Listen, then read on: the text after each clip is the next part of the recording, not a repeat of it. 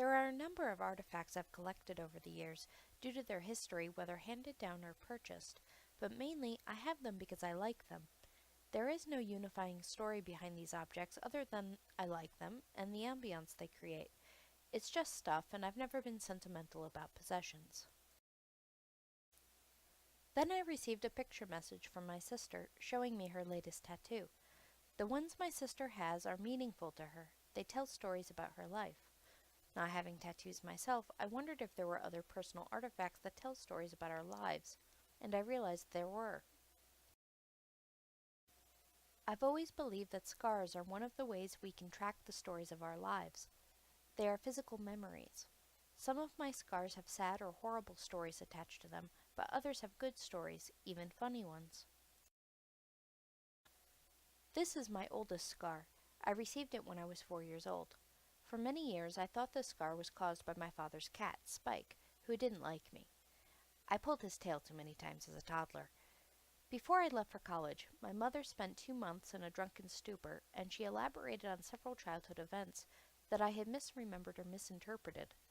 The true story is that my mother threw me headfirst into a doorframe after I provoked her by refusing to pick up my room.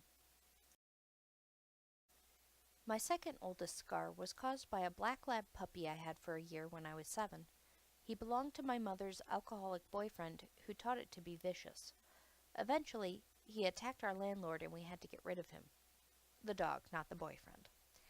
This also resulted in the landlord banning all pets, including our downstairs neighbor's elderly female dog, Cricket, who was a sweetheart. I received these parallel scars when I was 14. At the time, I suffered from a minor medical condition. Despite being told that it would pass, my mother took me to a quack who prescribed a drug that we later discovered was an antipsychotic. During the 2 months I was on it, I was uncontrollable and saw my grandmother cry for the first time. One day, after an argument with my mother, I ran away from home into the woods and ran straight into a rusty barbed wire fence. But not all of my scars have bad stories associated with them. Many of my scars come from pets, in particular from our first adopted cat, Jake, who is now 12. He was a monster as a kitten. He was so violent we even considered taking him back to the shelter. However, as destructive as he was, I still loved him and let him outside as a last resort. But I was a bit too controlling. For anyone considering leashing a cat, here's some advice. Don't. The scar on my left forearm was the result of a single attempt. After that, we just let him out on his own and the problem fixed itself. He became a better cat literally overnight. He also gave me one of the two most prominent scars on my body, a thick 2-inch scar on my right arm. I don't begrudge him for it. I was holding him and we were calmly looking out over the front lawn when a large white pickup truck loudly drove past. Jake leaped from my arms with his claws out. This one is just plain ridiculous.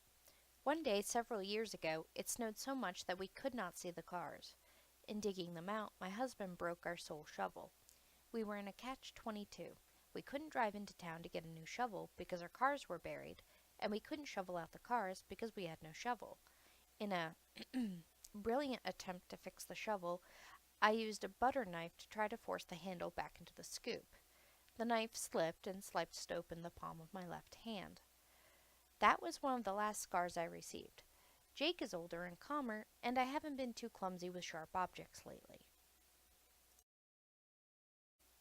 Then we adopted my grandmother's kitten.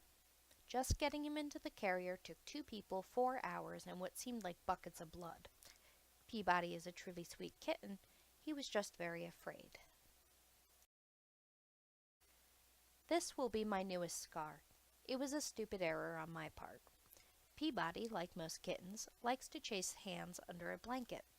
I usually play using a very padded comforter. Last night, I used a thin chenille throw.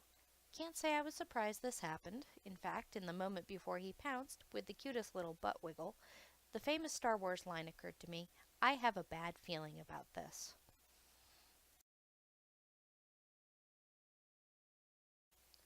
I love my scars. They may have been painful to receive, but they are the physical representations of my stories. They help me remember the good rather than the bad. Mostly.